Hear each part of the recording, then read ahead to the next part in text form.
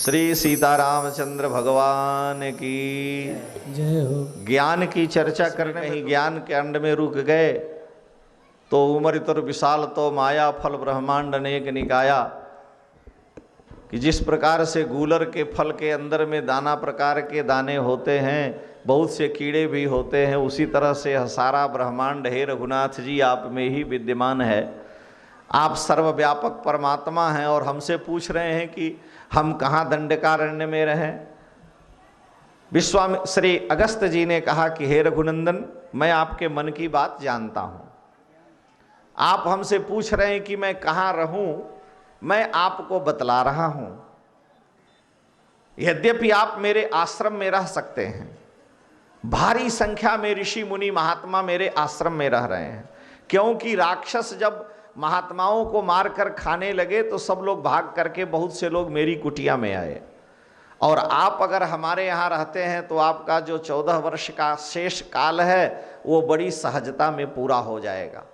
तो राम जी ने कहा तब तो बहुत अच्छा है, लेकिन अगस्त जी ने कहा नहीं, हम आपको अपने आश्रम में रहने के लिए नहीं कहेंगे। क्यों?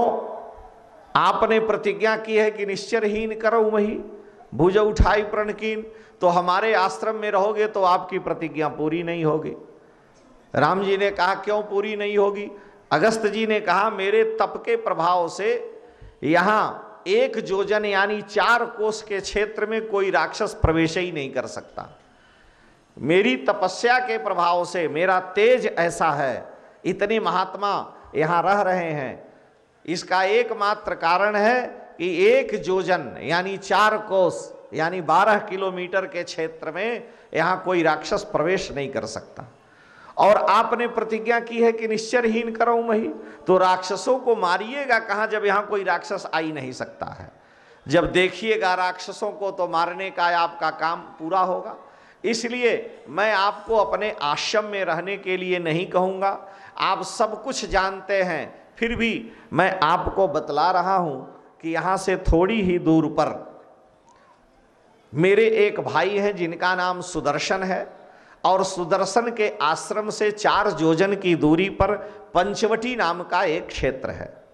इसलिए है प्रभु परम मनोहर ठाऊ पावन पंचवटी तेहि नाऊ, और दंडक बन पुनीत प्रभु करहु उग्र साप मुनिवर कर रहु। उस दंडकारण्य में आप निवास करें। शुक्राचार्य जी की पुत्री का एक राजा दंड थे। शुक्राचार्य जी की पुत्री का राजा दंड ने अपमान किया, उसका जबरदस्ती अपमान किया उन्होंने।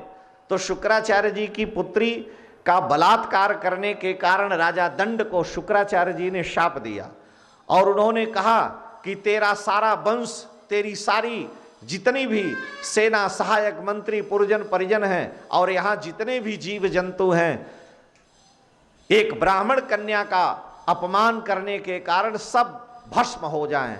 शाप दिया, और शुक्राचार्य जी के शाप से दंडकारण्य राख का ढेर बन गया। उस समय राजा के वंश के, राजा के पुरजन परिजन जितने लोग थे सब भस्म हो गए। दंडकारण्य तब से अपवित्र है, यहाँ कोई जीव जंतु रहना नहीं चाहता है, राक्षस रहते हैं, ऋषि मुनि महात्माओं का मन नहीं लगता। इसलिए हे प्रभु आप आए हैं।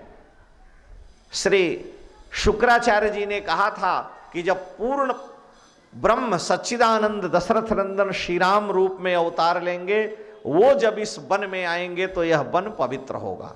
तो हमारी कामना है कि दंडक वन पुनीत प्रभु करहु, आप दंडकारण्य में निवास करें और मुनि का शाप भी दूर हो जाए, और पंचवटी में आप सुखपूर्वक रहें। पंचवटी आपके रहने के लिए उपयुक्त जगह है।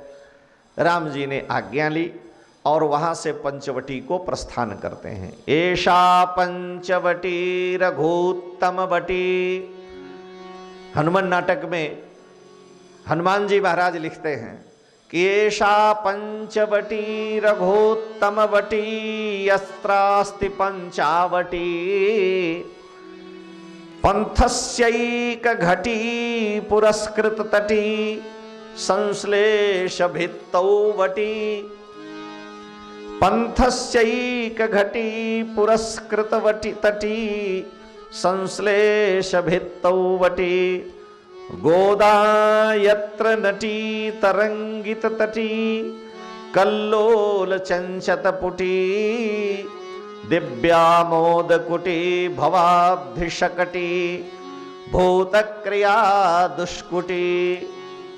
ये जो पंचवटी है ये बड़ी दिव्य है।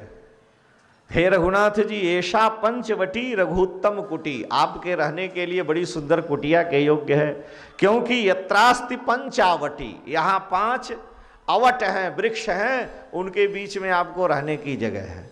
और पांथस्यैक घटी, उस 5 वृक्षों की छाया में कोई भी राही हो जाकर के विश्राम जरूर करता है, रहता तो नहीं है, इसलिए उसकी बड़ी महिमा है।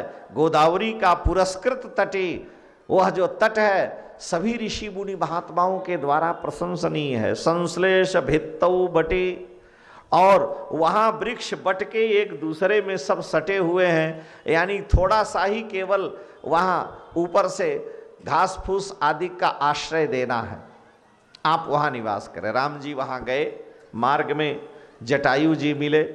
जटायु जी से श्री राम जी ने चर्चा की। जटायु जी ने कहा कि हम आपके पिता के मित्र हैं, अपनी घटना सुनाई और मैं यहीं पर निवास करता हूँ। राम जी ने कहा कि हे श्री जटायु जी महाराज, आप मेरे पिता के मित्र हैं। सतम पितृशखम मत्वा पूजयामास राघव, मेरे पिता के मित्र हैं, इसलिए हम आपका स्वागत करते हैं, वंदन करते हैं। जटायु जी ने कहा मैं आपके साथ रहूंगा इस क्षेत्र में ही, थोड़ी दूर पर 10-20 योजन में, और कोई भी आवश्यकता होगी, जब आप और लक्ष्मण कहीं वन में कंदमूल फल लेने जाएंगे तो देवी सीता की मैं रक्षा करूंगा। अतः आपको निश्चिंत होकर के इस पंचवटी में रहना चाहिए। राम जी ने लक्ष्मण जी को आदेश दिया। लक्ष्मण जी ने जा करके सुंदर कुटिया का निर्माण किया और वहीं पंचवटी में श्री सीताराम जी सुखपूर्वक निवास करने लगे। पंचवटी में भगवान सुखपूर्वक निवास कर रहे हैं। गोदावरी निकट प्रभु रहे परण गृह छाए। धीरे धीरे समय व्यतीत होता है, राक्षस वन में विचरण करते हैं। एक बार की बात है, शूर्पणखा नाम की राक्षसी जो रावण की बहन है, वह शूर्पणखा पंचवटी में आई। शूर्पणखा रावण के बहे, दुष्ट हृदय दारुण जस अहेने, पंचवटी सो गई एक बारा, देखी बिकल भय जुगल कुमारा, माता पिता पुत्र मनोहर निरखत नारी, रुचिर रूप धरे प्रभु पहि जाई, बोली बचन बहुत मुस्काई, तुम सम पुरुष नमो सम नारी, यह संजोग विधि रचा विचारी, मम अनुरूप पुरुष जग माही, देखूं खोज लोक तिहु माही, ताते अब लगी रहूं कुमारी, मनुमाना कछु तुम निहारी। शूर्पणखा पंचवटी में आई। राम जी कुटिया के बाहर भगवती सीता के साथ बैठे हैं। शूर्पणखा जब वहां पर आई है तो तुलसीदास जी ने एक बात लिखी है कि निर्मल मन जन सो मोहि पावा, मोहि कपट छल छिद्र न भावा। निर्मल मन ही कोई भगवान को पा सकता है। जो पे दुष्ट हृदय सोई होई, मोरे सन्मुख आव की सोई। भगवान के सम्मुख कोई दुष्ट प्राणी पापात्मा जा ही नहीं सकता, जाएगा उससे पहले उसके सारे दोष पाप नष्ट हो जाएंगे। लेकिन शूर्पणखा जब भगवान के सामने आती है तो तुलसीदास जी कह रहे हैं कि शूर्पणखा रावण के बहिनी दुष्ट हृदय दारुण जस अहिनी। सर्पिणी की तरह से यह बड़ी दुष्ट है, रावण की बहन है, और यह पंचवटी सो गई एक बारा देख बिकल भई जुगल कुमारा। पंचवटी में श्री राम जी को देख करके व्याकुल हो गई। अध्यात्म रामायण में लिखा है कि जब इतनी पापिनी शूर्पणखा है तो राम जी के सामने गई कैसे। तो अध्यात्म रामायण में चर्चा है कि शूर्पणखा गोदावरी के तट पर घूम रही थी। गोदावरी के तट पर घूम रही थी तो वहां उसने देखा कि कोई पुरुष मनुष्य यहां आया है, क्योंकि मनुष्य के पैरों के निशान थे, और पैरों के जो मनुष्य के निशान हैं उसमें चक्र के, धनुष के, वज्र के, पताका के, ध्वज के चिन्ह बने हुए हैं। शंख चक्र का चिन्ह देख करके वो आश्चर्य में पड़ गई कि ये किस दिव्य पुरुष के चरण चिन्ह हैं जिसमें ध्वज है, पताका है, शंख है, धनुष है, आयुध है, वज्र है। 24 चरण चिन्ह दोनों चरणों में है भगवान के। उसे बड़ा आश्चर्य हुआ। अब वो उन चरण चिन्हों का आश्रय लेकर के धीरे धीरे चलती हुई शूर्पणखा और पंचवटी में जहां राम जी की कुटिया थी वहां आ गई। इसलिए कि ये चरण के चिन्ह जिनके होंगे वो कोई न पुरुष कहीं न कहीं होगा। वन में, जंगल में शेर कितने हैं अथवा शेरनी के पेट में बच्चा है कि नहीं, इसकी गणना पेट टो करके कोई नहीं कर सकता और न किसी को पता चलेगा। वन में रहने वाले जो लोग हैं उन्हें शेरनी और शेर के पैरों के जहाँ निशान होते हैं उस पर वो केमिकल डाल देते हैं और उस मिट्टी को पकड़ करके उठ जाता है। उसको देख करके वो जान लेते हैं। ऐसी पढ़ाई जाती है कि इतने शेर हैं, इतनी शेरनी है और इसके पैरों के निशान हैं तो इसके पेट में बच्चा है कि नहीं है। पैरों के निशान से ही उन्हें पता चल जाता है। तो शूर्पणखा गोदावरी के तट पर घूम रही थी, लेकिन चरण चिन्हों को देख करके वो सीधे पंचवटी में आ गई। इसलिए गोस्वामी जी कह रहे हैं कि पंचवटी सो गई एक बारा देख बिकल भई जुगल कुमारा। ऐसे दिव्य चरण जिनके होंगे वे पुरुष कौन होंगे। तो राम जी का वचन है कि पापी मेरे सम्मुख आ नहीं सकता। जो पापी है वो मेरे सामने निर्मल मन जन सो मोहि पावा। जो पे दुष्ट हृदय सोई होई तो मोरे सन्मुख आव कि सोई। दुष्ट हृदय वाला मेरे सामने नहीं आ सकता, लेकिन दुष्ट हृदय वाला व्यक्ति भी अगर भगवान के चरणों का आश्रय ले ले तो भगवान तक पहुंच सकता है। शूर्पणखा जैसी पापिनी भी ठाकुर जी के चरण चिन्हों को देखती हुई जब उनके चरणों तक पहुंच गई तो हम अधम पतित हैं, अगर भगवान के चरणों की सेवा करें तो हम भी ठाकुर जी के कबहू के दीन दयाल के भनक कड़े पड़ेगी कान।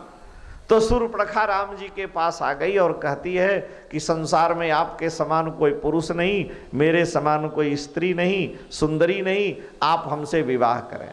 राम जी ने कहा देवी मेरा विवाह तो हुआ है, पत्नी बगल में बैठी है। हाँ, मेरे जो भाई हैं वो जो देखो दूर खड़े हैं, अहै कुमार मोर लघु भ्राता, जो मेरे छोटे भाई हैं वो कुमार हैं, इसलिए तुम उनके पास जा सकती हो। सीता ही चितई कही प्रभु बाता, जानकी जी की ओर देखा और बता दिया कि ये मेरी पत्नी है।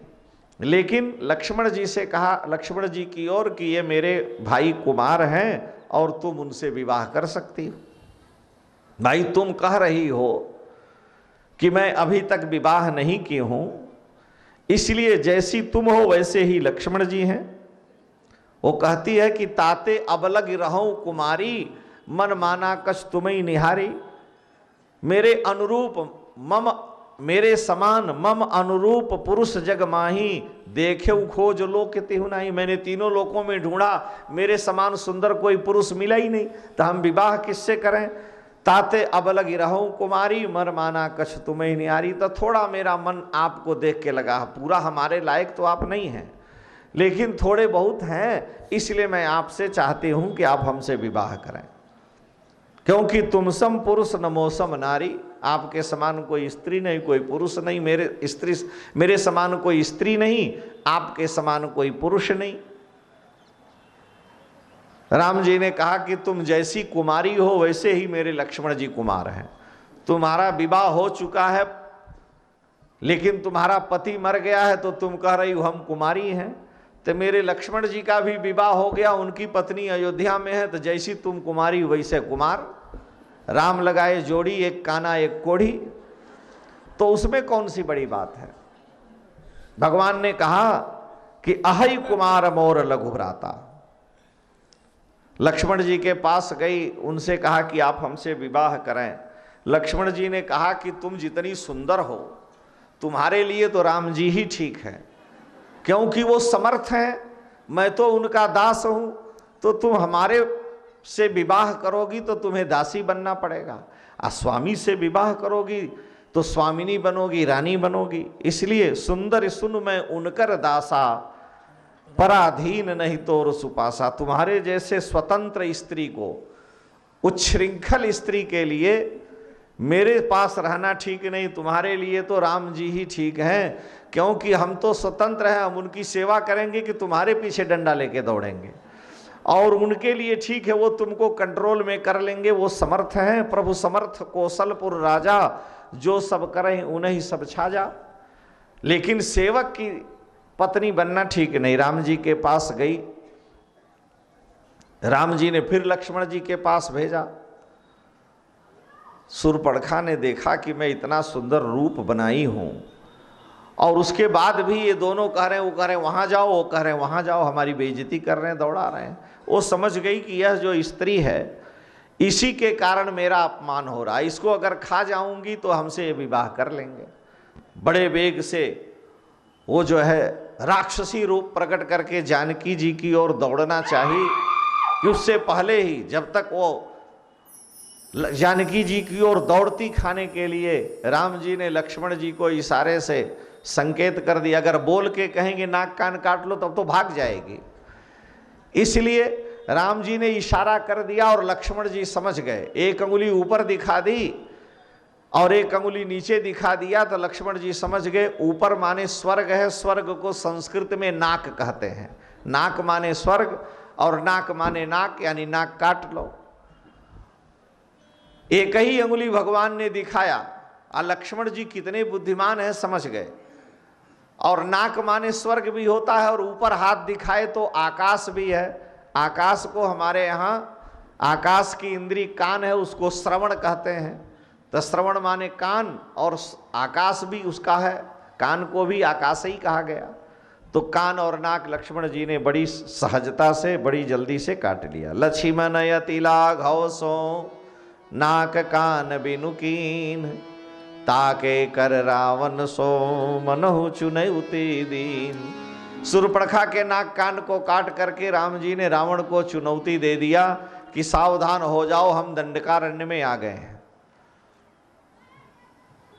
शूर्पणखा नाक कान कटने के बाद जैसे किसी पर्वत से गेरू बह रहा हो वर्षा के समय में, रक्त बहाती हुई बड़े वेग से वन में गई। खर दूषण त्रिशिरा इन सबको बतलाया है, सब आए। राम जी ने जानकी जी को लक्ष्मण जी के साथ गुफा में भेज दिया, और थोड़ी ही देर में 14,000 राक्षसों का मार करके भगवान ने नाश कर दिया। सारे राक्षसों का भगवान ने अंत कर दिया। एक बड़ी विचित्र बात है, शूर्पणखा ने राम जी से कहा है। अब शूर्पणखा सीधे देखा कि धुआं देख खर दूषण केरा, जाय सुपनखा रावण प्रेरा। रावण के दरबार में गई, बिगड़ गई। तुम रोज पी करके पड़े रहते हो, तुम्हें पता है करसिपान सोवस दिन राती, सुध नहीं तो सिर पर आराती। तुम्हारे सिर पर तुम्हारे प्रबल शत्रु आ गए हैं, जिनके बल से ऋषि मुनि महात्मा वन में स्वतंत्र घूमते हैं। वे 2 राजकुमार आ गए हैं और तुम सावधान नहीं हो। शूर्पणखा के पति का नाम था विद्युत जिह्वा। शूर्पणखा के पति का नाम था विद्युत जिह्वा,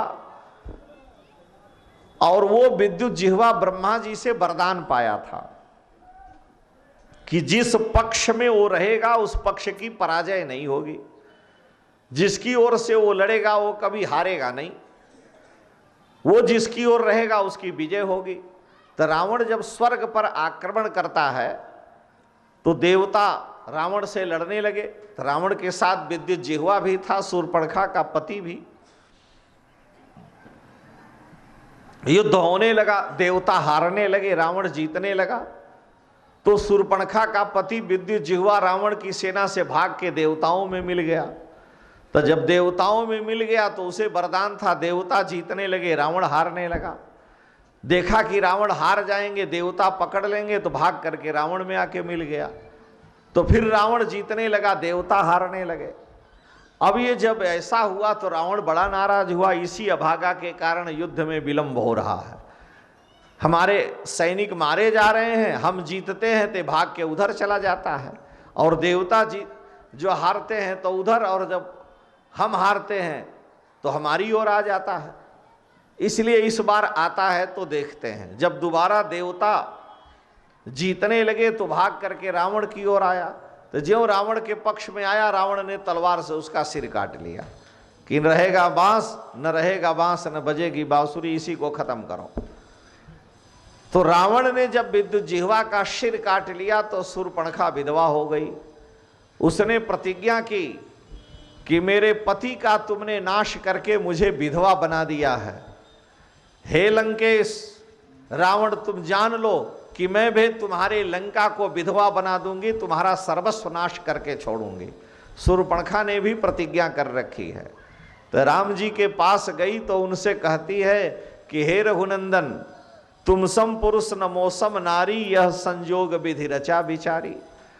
आप जैसा पृथ्वी पर कोई पुरुष नहीं है जिसने प्रतिज्ञा की हो कि निश्चरहीन करऊं मही, भुज उठाई प्रणकीन। और मेरी जैसी कोई स्त्री नहीं है जिसने रावण के वंश के नाश की प्रतिज्ञा की हो। तो आपने प्रतिज्ञा की है कि राक्षसों का मैं नाश करूंगा, और मैंने भी प्रतिज्ञा की है कि रावण का समूल नाश करूंगी। तो तुम सम पुरुष न मौसम नारी, यह संजोग विधि रचा विचारी। बड़ा अच्छा हमारा तुम्हारा संजोग है, हम दोनों मिल जाएं तो राक्षसों का अंत हो जाएगा। राम जी ने कहा कि देखो, इसके लिए त्याग करना पड़ेगा। तो पहले तुम अपनी नाक कान कटवाओगी, तब जा करके राक्षसों का अंत होगा। एक सज्जन थे पंडित जी, वो पंडित जी बेचारे अपना गांव छोड़ करके जंगल में चले गए। जंगल में एक तालाब के किनारे झाड़ी के पास बैठे रहे। 2 दिन हो गया, तीसरे दिन एक महात्मा वहां आए। जंगल में रहते थे, भजन पूजन स्नान करने सरोवर से जल लेने आए तो देखे कि कोई व्यक्ति बैठा। उन्होंने पूछा, तुम यहाँ क्यों बैठे हो, कहाँ से आए हो? कहा, जंगल के पास के गांव में हम रहते हैं, हमारा घर है। तो कहा, यहाँ तो शेर भालू घूमते हैं, बड़े बड़े चीते हैं, तुम्हें मार के खा जाएंगे, यहाँ तुम जंगल में किस लिए आ गए? कहा, मैं इसीलिए आया हूँ कि कोई शेर भालू हमें मार के खा जाए। कहा, अगर शेर तुम्हें मार के खा गया तो तुमको लाभ क्या है? कहा, लाभ तो कुछ नहीं है। हमारे गांव में जितने भी लोग हैं सब बड़े धनवान हैं, बड़े पैसे वाले हैं, बड़ी बड़ी बिल्डिंगें हैं, और मेरी फूटी झोपड़ी है। तो मैं झोपड़ी में रहता हूँ, वो लोग किसी के 4 तल्ले की बिल्डिंग है, किसी की 5 तल्ले की, सबके दरवाजे पर गाड़ी हाथी घोड़ा, हमारे यहाँ कुछ है नहीं। अब मैं दिन रात उन लोगों की उन्नति देख करके जलता रहता हूँ कि इनका नाश कैसे हो, लेकिन मैं कुछ बिगाड़ नहीं सकता। तो मैंने सोचा कि हम वन में आ जाएंगे और यहाँ कोई शेर हमको मार के खा जाएगा। जब हमें शेर मार के खा जाएगा तो मनुष्य का खून पीने का, उसे खून पीने की आदत लग जाएगी, नरभक्षी हो जाएगा। और शेर एक बार अगर मनुष्य को मार दे, खा ले, तो फिर वो नरभक्षी हो जाता है। तो हमको मार के खा जाएगा और बाद में हमारे गांव में जाएगा, सबको मार के खा जाएगा। हम उनका बिगाड़ तो नहीं सकते, लेकिन अपना प्राण देके उनका नाश तो करा ही सकते हैं। आप गए और तिनहु घालहीं, जे कछु सत मार्ग प्रतिपालहीं। तो राम जी ने कहा कि रावण का नाश कराने से पहले तुमको अपना नाश, पहले अपनी नाक कटाओ, कान कटाओ। क्योंकि नाक माने होता है स्वर्ग और कान माने श्रुति। तो वेद और स्वर्ग, वेद और श्रुति मार्ग से भ्रष्ट होना पड़ेगा। लक्ष्मण जी ने उसके नाक कान को काट लिया रावण के दरबार में गई है। रावण ने शूर्पणखा को पूछा है तुम्हारे इस दशा का क्या कारण है, तो उसने शूर्पणखा ने बतलाया है कि 2 राजकुमार आए हैं, वे दशरथ के पुत्र हैं, उन्होंने दंडकारण्य में अपना प्रभाव फैला रखा है, उनके प्रभाव से ऋषि मुनि महात्मा स्वतंत्र होकर के दंडकारण्य में विचरण करते हैं। इसलिए उन्होंने ही, मैंने उनकी पत्नी को हे लंकेश आपके लिए मांगा था कि मेरा भाई लंका का राजा रावण है, आप इतनी सुंदर पत्नी तपस्वी वेश में वन में लेकर आए हो, इसे मेरे भाई रावण को दे दो। तो उन्होंने मेरी नाक कान काट ली। रावण भाई, स्त्रियः चरित्रम पुरुषस्य भाग्यम देवो न जानाति कुतो मनुष्य। हमारे यहाँ लिखा है कि स्त्री का चरित्र और देवता का भाग्य ब्रह्मा भी नहीं जानते हैं, मनुष्य की तो बात ही क्या है। यानी वो कब क्या कह दे क्या कर दे कुछ कहा नहीं जा सकता।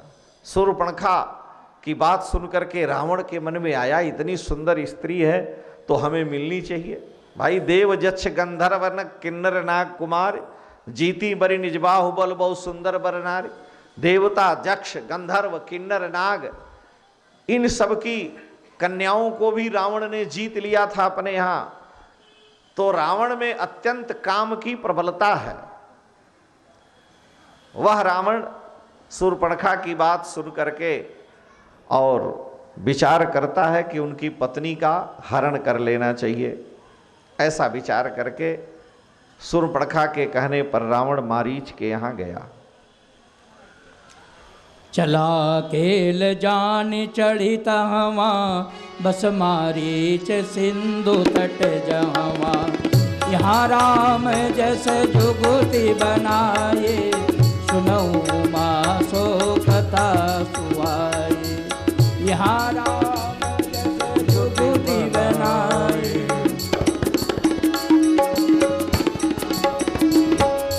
सुनऊ प्रिया व्रत रुचिर सुशीला। मैं कछु करब ललित नर लीला, तुम पावक महु करहु निवासा। जो लगी करहु निशाचर नासा।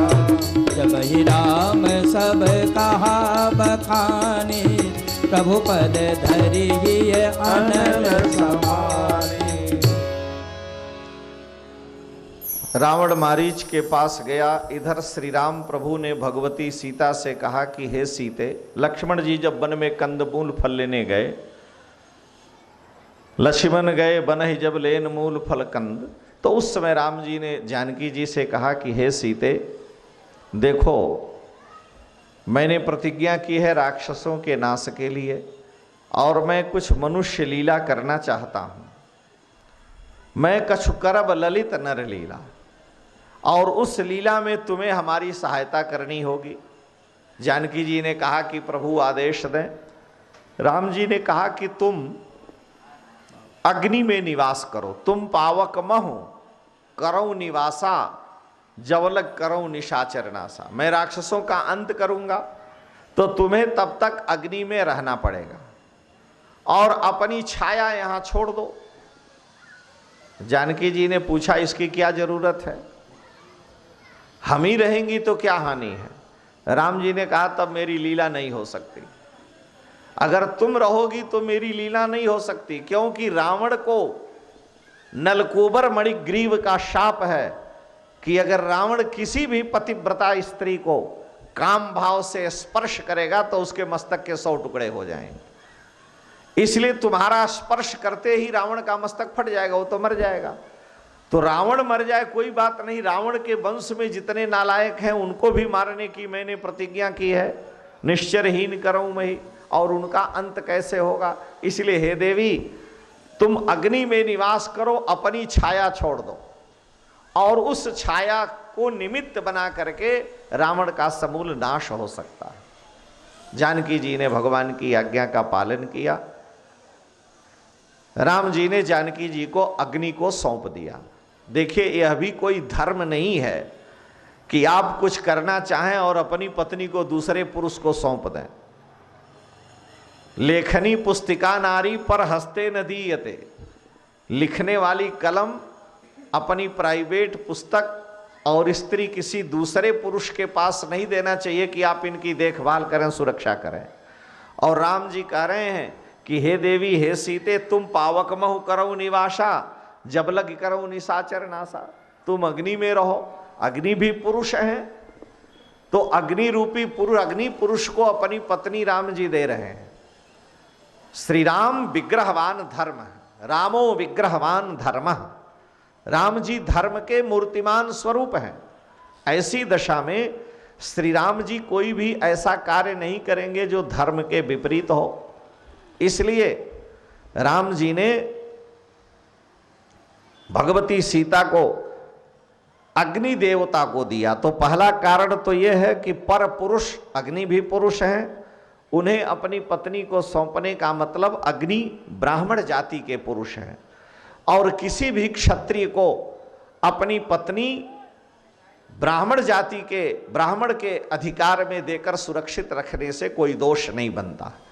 तो अग्नि ब्राह्मण जाति के हैं, इसलिए राम जी ने अग्नि देवता को दिया। दूसरा कारण प्रधान यह है कि आप अपनी पत्नी किसी पर पुरुष के पास सुरक्षित दे रहे हैं, उसमें राम जी ने जानकी जी को अग्नि देवता को समर्पित किया। तो तुम पावक महु करऊ निवासा। तुलसीदास जी कह रहे हैं, हे भगवती तुम अग्नि में निवास करो, क्योंकि अग्नि में ही स्वाहा देवी निवास करती हैं।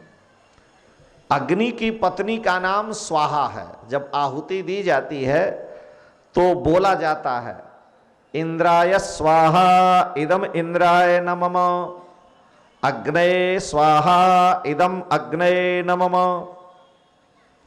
तो अग्नि की पत्नी का नाम स्वाहा है। ऐसी दशा में राम जी ने कहा कि अग्नि में स्वाहा देवी रहती हैं और मैं तुमको अग्नि में दे रहा हूं, यानी स्वाहा देवी को दे रहा हूं। तो स्कंद पुराण में लिखा है कि ज्यों ही राम जी ने अग्नि को भगवती सीता को दिया, तुरंत स्वाहा देवी प्रकट हो गईं और स्वाहा देवी जानकी जी को अपनी गोद में लेकर के पाताल में चली गईं। वहां सुरक्षित लेके अपने साथ रहती हैं, वहां उनकी सुरक्षा है, क्योंकि स्त्री को स्त्री के साथ रहने में, और अग्नि ब्राह्मण जाति के भी हैं। भगवती सीता ने अपनी छाया वहां छोड़ दी, लेकिन लक्ष्मण हूं यह मरम न जाना, जो कछु चरित रचा भगवाना। लक्ष्मण जी को भी इस बात का पता नहीं चला भगवान ने जो यह चरित किया था। उधर रावण मारीच के यहाँ गया, मारीच को जाकर के रावण ने समझाया और कहा कि हे मारीच, मेरी बहन के नाक कान को काटने वाले दशरथ नंदन जो श्री राम हैं, मैं उनकी प्रिया का हरण करूंगा और तुम मेरी सहायता करो। तुम माया का मृग बन करके देवी सीता के पंचवटी की वाटिका के पास उनके मन का आकर्षण करना, सुवर्ण मृग बन करके तुम वहां भ्रमण करो, और जब तुमको मारने के लिए श्री राम वन में तुम्हारा पीछा करें, उन्हें दूर ले जाना, तो मैं उनकी प्रिया सीता का हरण करूंगा। मारीच ने रावण से कहा कि लंकेश, रत्नानि रथांश्चैव त्रासम ही जनयन्ति माम। मारीच कहता है कि हे लंकेश, आपको नहीं पता है, मुझे पता है। जब ये 15 वर्ष के श्री राम लक्ष्मण दोनों भाई थे, हम विश्वामित्र के आश्रम में यज्ञ नष्ट करने के लिए गए, तो उन्होंने बिना फर के बाण से हमें मारा और मैं 100 योजन दूर समुद्र में आकर के गिरा। भाई मम कीट भृंग की नाई, जाता मैं देखूं दो भाई। मैं इतना डरा हुआ था कि जहां मैं देखता था यही दोनों भाई हाथ में धनुष बाण लिए मुझे दिखते थे। अंत में मैं लंका में रहकर पेड़ के नीचे और भजन करने लगा। एक बार बदला लेने के लिए जब ये पिता की आज्ञा से वन में आए तो मैं दंडकारण्य में गया, वहां मृग बन करके मैं गया था। लेकिन हमको देखते ही उनके छोटे भाई लक्ष्मण जी ने कहा कि प्रभु ये देखो मारीच आ रहा है। तो ज्यों ही लक्ष्मण जी ने इशारा दिया और राम जी धनुष पर बाण चढ़ाने वाले थे कि मैं वहां से भाग करके लंका में आ गया। तो 2 बार तो उनके हाथ से मैं बच चुका हूं और तीसरी बार बचना बड़ा कठिन है।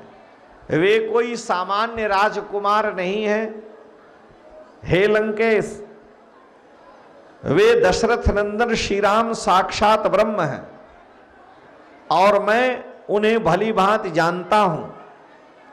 पृथ्वी के भार को उतारने के लिए वे आए हैं। ते नर रूप चराचर ईशा, वे चराचर जगत के स्वामी परब्रह्म परमात्मा सच्चिदानंद साक्षात श्री राम रूप में आए हैं। इसलिए उनसे शत्रुता करना, उनसे बैर करना ठीक नहीं है। थोड़ा राम राम करो। सीता राम राम राम सीता राम राम राम सीता राम राम राम सीता राम राम राम सीता राम राम। जानकी जी को अपनी गोद में लेकर के पाताल में चली गई, वहां सुरक्षित लेके अपने साथ रहते हैं, वहां उनकी सुरक्षा है। क्योंकि स्त्री को स्त्री के साथ रहने में, और अग्नि ब्राह्मण जाति के भी हैं। भगवती सीता ने अपनी छाया वहां छोड़ दी, लेकिन लक्ष्मण हूं यह मरम न जाना, जो कछु चरित रचा भगवाना। लक्ष्मण जी को भी इस बात का पता नहीं चला भगवान ने जो यह चरित किया था।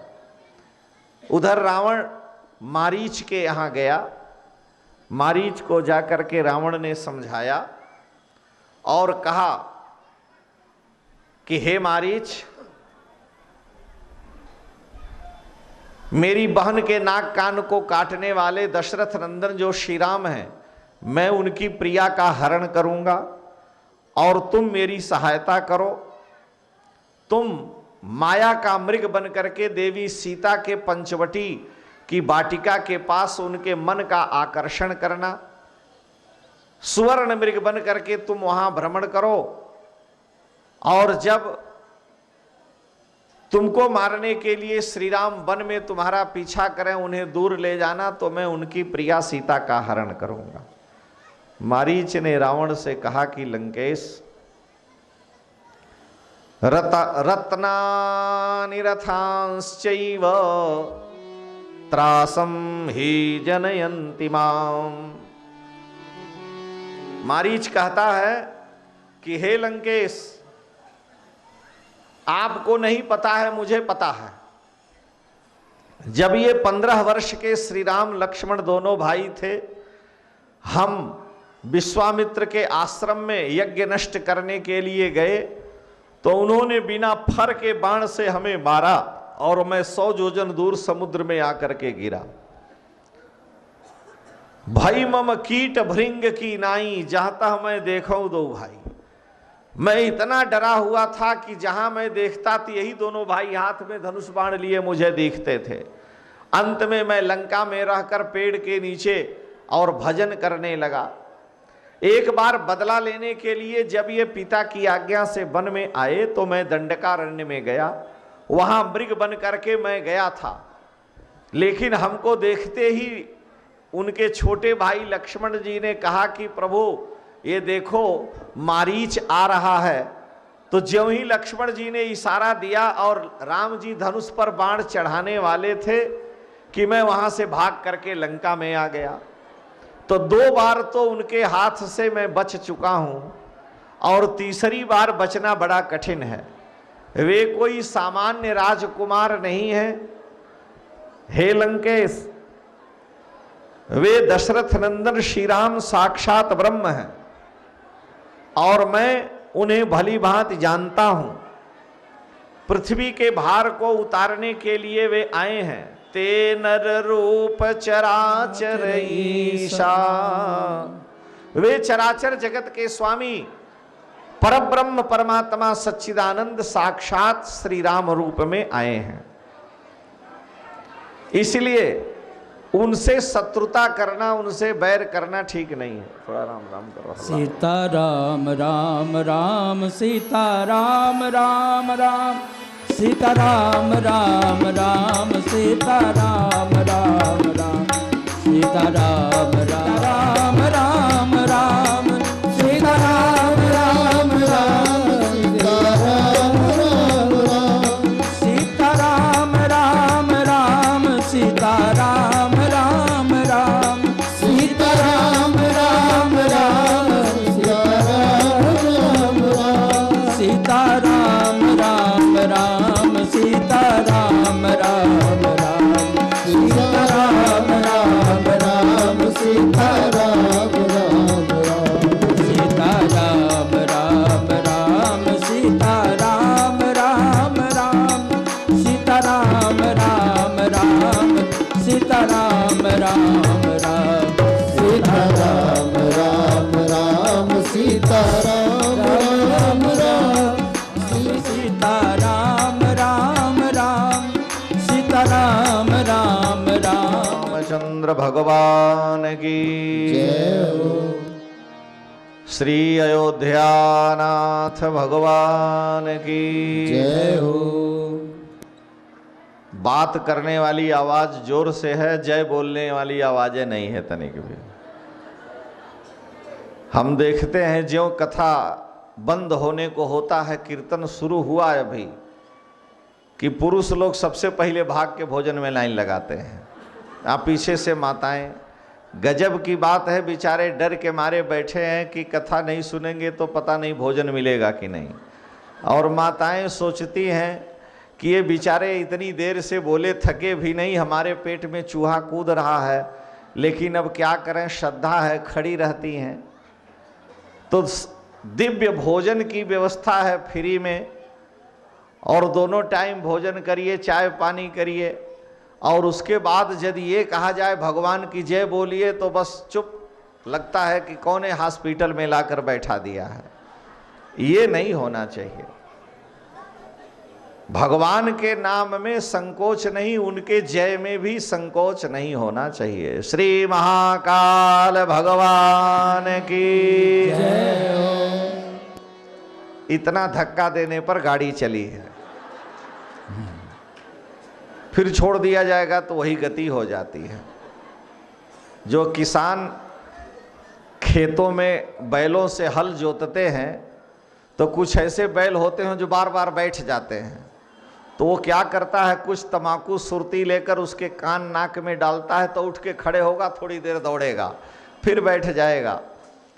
तो वही दशा आप लोगों की नहीं होनी चाहिए कि धक्का दिया तो चले फिर बैठ गए। श्री भक्तवत्सल भगवान की जय हो। मारीच ने रावण को समझाया और कहा कि हे लंकेश, उन दोनों राजकुमारों को तुम सामान्य मनुष्य मत समझो, वे साक्षात मनुष्य रूप में परमात्मा हैं, मैं उनको भली भांति जानता हूं। रावण ने कहा कि तुम हमको गुरु की तरह से समझा रहे हो। गुरुजुम मूढ़ कर सिमम बोधा, संसार में हमारे समान योद्धा कौन है? अगर तुम मेरी बात नहीं मानते हो तो अभी मैं तुम्हारा सिर काट लूंगा। मारीच ने विचार किया कि रावण की बुद्धि खराब है, अगर मैं इसकी बात नहीं मानता हूं तो इस पापी के हाथ मरना पड़ेगा, और इसके हाथ से मरूंगा तो पता नहीं नरक में जाऊंगा कि कहां जाना पड़ेगा, और इससे अच्छा है कि भगवान के हाथों मरूं तो मेरा उद्धार हो जाएगा। जब महाभारत युद्ध निश्चित हो गया, दोनों सेनाएं आमने सामने खड़ी हैं, 1-2 दिन का युद्ध भी हुआ, रोज युद्ध के योद्धा आमने सामने खड़े होते हैं। एक तरफ के सेनापति भीष्म पितामह हैं, एक तरफ के सेनापति धृष्टद्युम्न है, द्रौपदी के भाई। पांडवों के सेनापति धृष्टद्युम्न और कौरवों के सेनापति भीष्म पितामह। बिगुल बजता है, शंख बजते हैं, घंटे घड़ियाल, और युद्ध शुरू हो जाता है। पांडवों की सेना 1-2 अक्षौहिणी है, यानी 1.5-2 लाख की संख्या में पांडवों की सेना है और कौरवों की सेना 12 अक्षौहिणी से ज्यादा है, वो भारी संख्या में है। उसके बाद भी कौरवों के सेनापति भीष्म पितामह 10,000 योद्धाओं को रोज मारते हैं। तो यह देख करके एक दिव्य पुरुष आया, बड़ा प्रभावशाली विशाल उसका शरीर था, युद्ध भूमि में आया। पांडव लोग अपने अपने रथ पर बैठे धनुष बाण लेकर लड़ना चाहते हैं। वो आकर के भगवान कृष्ण को, अर्जुन को, भीम को, युधिष्ठिर जी को, नकुल सहदेव को, सबको प्रणाम किया। सब लोग पास में आ गए। उसने भीम को प्रणाम किया और कहा, आप हमें आदेश दें, मेरे पास देवी का वरदान है और 3 बाण मेरे पास हैं, भगवती का वरदान है। हम एक बाण अपने धनुष पर लगाकर छोड़ेंगे तो सामने जितने योद्धा हैं जिनको हम मानते हैं मेरे शत्रु हैं, वो एक बाण 1000 हो करके, लाख करोड़ हो करके सबके सिर में जा करके लाल चिन्ह लगा देगा। हाथ में रहेगा एक, छोड़ने बाण पर आएगा 10 राम जी के बाण की जगह से। राम जी के तरकस में एक बाण है, जब हाथ में लेते हैं, तूड़े नैक करेण दशधा, भगवान के पीठ पर जो तूणीर है वहां जो एक बाण रखा है, जब राम जी उठाते हैं तो तूड़े नैक, तूणीर में एक है लेकिन करेण दशधा, हाथ में आया तो 10 हो जाता है। तूड़े नैक करेण दशधा संधान काले शतम, और जब राम जी उस बाण को धनुष पर चढ़ा के खींचते हैं तो 100 हो जाता है, और जब उसको छोड़ते हैं तो 10,000, और लक्ष्य को भेजते हैं तो लाखों लाख होकर के योद्धाओं को मारता है। यानी एक बाण से लाखों का वध कर देते हैं। तो उसने कहा कि जितने भी शत्रु, ये द्रोणाचार्य, कृपाचार्य, भीष्म पितामह, दुर्योधन आदि खड़े हैं, मेरे पास 3 बाण है, देवी का वरदान है। एक बाण मैं जब छोड़ूंगा तो 1000 लाख हो करके सबके सिर में लगेगा, लाल चिन्ह बन जाएगा। और दूसरा बाण छोड़ूंगा तो जिनके जिनके ललाट पर बाण से लाल चिन्ह बना उन सबका वो सिर काट लेगा। एक बाण फिर भी मेरा बचा रह जाएगा। आप लोगों को लड़ने भिड़ने की जरूरत नहीं, हमें आज्ञा दीजिए, अभी सबको मैं मारे देता हूं। भीम बड़े प्रसन्न हुए, युधिष्ठिर भी प्रसन्न हुए, अर्जुन भी कि लड़ने की झंझट ही नहीं, 10 मिनट में सबको मार देगा। उसने कहा एक बाण से चिन्ह और दूसरे बाण से सबका मैं वध कर दूंगा। तुरंत भगवान श्री कृष्ण ने अपनी तर्जनी उंगली ऊपर उठाई, सुदर्शन चक्र आ गए, उसी से उसका सिर काट लिया। जब उसका सिर काटे तो वो हाथ जोड़ करके भगवान के सामने खड़ा हो गया कि हे प्रभु, हमने कोई अपराध नहीं किया और आपने मेरा वध कर दिया। भगवान ने कहा कि तुम मेरी लीला में बाधा खड़ी कर रहे हो, तुम हमसे कुछ मांग लो। उसने कहा प्रभु, मैं इस महाभारत युद्ध को देखना चाहता हूं, मैं इस महाभारत युद्ध को देखना चाहता हूं, आप कृपा करें, अपना आशीर्वाद दें। भगवान ने कहा कि तुम युद्ध को भी देखोगे और कलयुग में शिर का बलिदान करने के कारण तुम्हें शीश का बलिदानी के रूप में, खाटू श्याम के रूप में प्रतिष्ठा होगी। तो वह बर्बरीक था, बर्बरीक शीश का बलिदानी है, भगवान ने कहा, और उसने सिर भगवान ने काट लिया और कहते हैं लोग दे दिया, लेकिन यही लिखा है। भगवान ने विचार किया कि अगर इसके हाथ से भीष्म पितामह, द्रोणाचार्य, कृपाचार्य योद्धा मरेंगे तो राक्षस के हाथ से मरेंगे तो सबकी गति नहीं होगी, सब नरक में जाएंगे।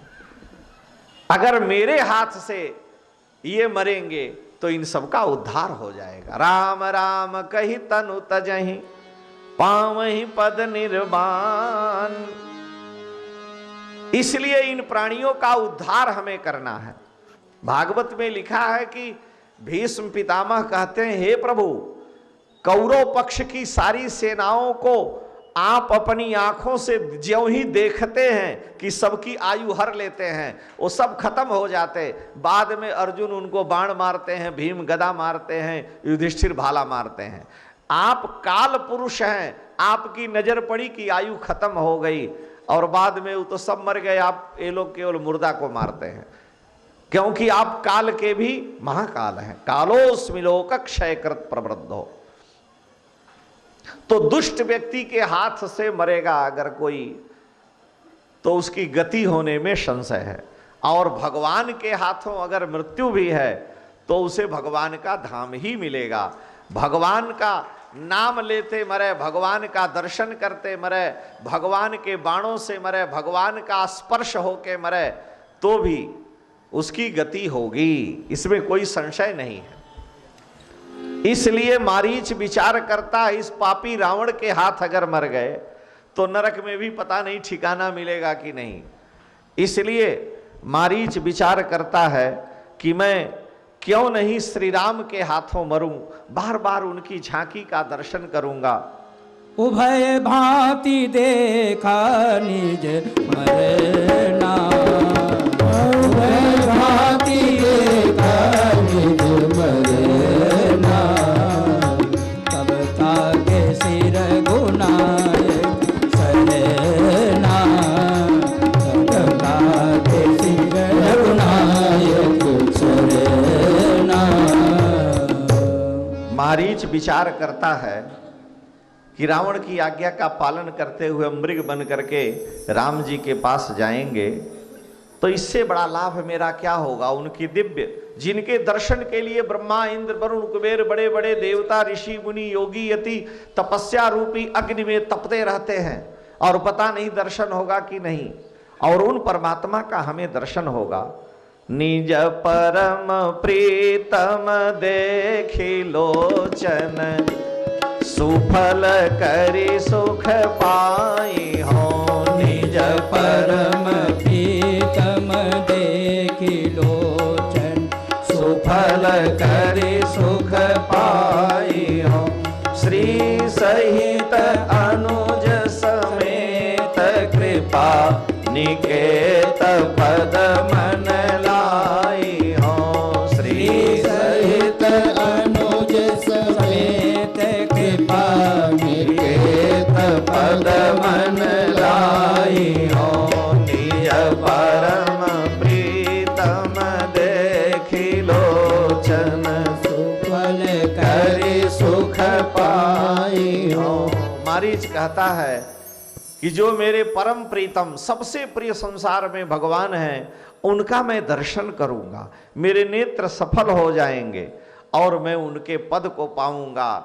मम पाछे धर धावत धरे शराशण बान, मम पाछे धर धावत धरे सरासन बान। फिर फिर प्रभु ही बिलो की हो, धन्य नमो समान। बार बार मैं उनका दर्शन करूंगा, उनके हाथ मरूंगा, मेरा उद्धार हो जाए। इसलिए मारीच तैयार हो गया, जान रहा है कि इसके हाथ से मरना, भगवान का दर्शन करते हुए मर जाना ठीक है। माया का मृग बन करके, सुवर्णमय मृग बन करके और पंचवटी के पास जाकर घूमने लगा। जानकी जी ने इस मृग को देखा तो आश्चर्य में पड़ गई कि ऐसा मृग तो मैंने कभी देखा ही नहीं है। सीता परम रुचिर मृग देखा, अंग अंग सुमनोहर वेशा। एक एक अंग उसका अवर्णनीय है। ऐसा सुनहला मृग देख करके जानकी जी ने राम जी से कहा कि सुनहु देव रघुबीर कृपाला, यही मृग करे अति सुंदर छाला। हे प्रभु, हे दयालु। जानकी जी कह रही, हे प्रभु, पहला प्रयोग है भगवती का कि सुनहु देव, हे प्रभु आप देव हैं। देव माने दिव्य, सब तेजों से, पूर्ण तेज से संपन्न है, और आप रघुवंशी क्षत्रिय हैं। आप अपने वचन को पूर्ण करते हैं और परम कृपालु हैं। ये पापात्मा मारीच मरने के लिए आया है, इसलिए हे प्रभु इस पर कृपा करना। भाव ये है कि ये मारीच पहले से ही रावण की बात मान करके संकल्प लेके आया है कि भगवान के हाथों मरूं। तो सुनहु देव रघुबीर कृपाला, यही मृग कर अति सुंदर छाला। इस मृग की छाल बड़ी सुंदर होगी, अगर इस मृग को आप लाते हैं, जिंदा पकड़ में आया तो अयोध्या ले चलेंगी, और नहीं पकड़ में आया तो इसकी छाल ले चलेंगे। यहां से देखिए अजानकी जी की कृपा है। लक्ष्मण जी ने कहा कि हे प्रभु, अरे ये और कोई नहीं, ये वही मारीच ही मृग बन करके आया है, इसलिए हे नाथ इसको सामान्य मृग मत समझिए। लेकिन राम जी ने कहा कि लक्ष्मण, मेरी प्रिया भगवती सीता को ये मृग पसंद है, सुंदर लग रहा है, तो इसके लिए भले ही मारीच ही क्यों न हो, मैं उसको मार करके उसकी छाल अथवा उसे जिंदा पकड़ के ले आऊंगा। लक्ष्मण जी ने सावधान किया है कि ये मारीच मृग है, लेकिन भगवान श्री राम लक्ष्मण जी की बात सुन करके भी अनसुना कर दिए, क्योंकि भगवान जान रहे हैं राम जी ने प्रतिज्ञा की है निश्चरहीन करो मही, और जानकी जी ने निश्चय किया है कि मैं अपने प्रभु की प्रतिज्ञा को पूर्ण अगर करानी है तो हमको आगे बढ़ना होगा, हमको मृग को मांगना होगा। मृग मांगेंगी तो ये मृग के पीछे जाएंगे तो मुझ माया की सीता का रावण हरण करेगा और राम जी राक्षसों को मारेंगे, उनका उद्धार होगा। तो हमें आगे बढ़ना है। और वो भगवती विदेह नंदिनी परम कृपामयी हैं, कहती हैं यही मृग कर अति सुंदर छाला। पहले ही शब्द कह रही कि आप कृपालु हैं हे रघुनाथ जी, आप समर्थ रघुवंशी क्षत्रिय हैं, परम दिव्य पुरुष हैं, इसलिए आपको कृपा करनी चाहिए। सत्य संध प्रभु बध करे, ही आप सत्यवादी हैं, आपने जो प्रतिज्ञा की है उसका स्मरण करना। और आनहु चर्म कहति वैदेही, इस मृग का चर्म ले आइए। लक्ष्मण जी की बात राम जी ने अनसुना कर दिया, क्योंकि जान रहे हैं जानकी जी माया सीता है और इनकी इच्छा को पूर्ण करना चाहिए। राम जी उस मृग के पीछे जाने लगे। लक्ष्मण जी से कहे कि हे लक्ष्मण, तुम भगवती सीता की देखभाल करना, इस वन में बहुत से राक्षस घूमते हैं, अतः अपने बुद्धि का, अपने विवेक का और अपने बल का भली भांति विचार करके, बुद्धि विवेक बल समय विचारी, सीता के ही करे रखवारी। भगवती सीता की रक्षा तुम्हें करनी है। राम जी वन में चले गए, मृग का पीछा करते हुए कभी प्रकट होता, कभी भागता है, कभी प्रकट होता है, कभी भागता है। निगमनेति शिव ध्यान न पावा, निगमनेति शिव ध्यान न पावा, कबहु निकट पुनि दूरी पराई, कबहु निकट पुनि दूरी पराई, कबहु प्रगटई कबहु छपाई, कबहु प्रगटई कबहु छपाई।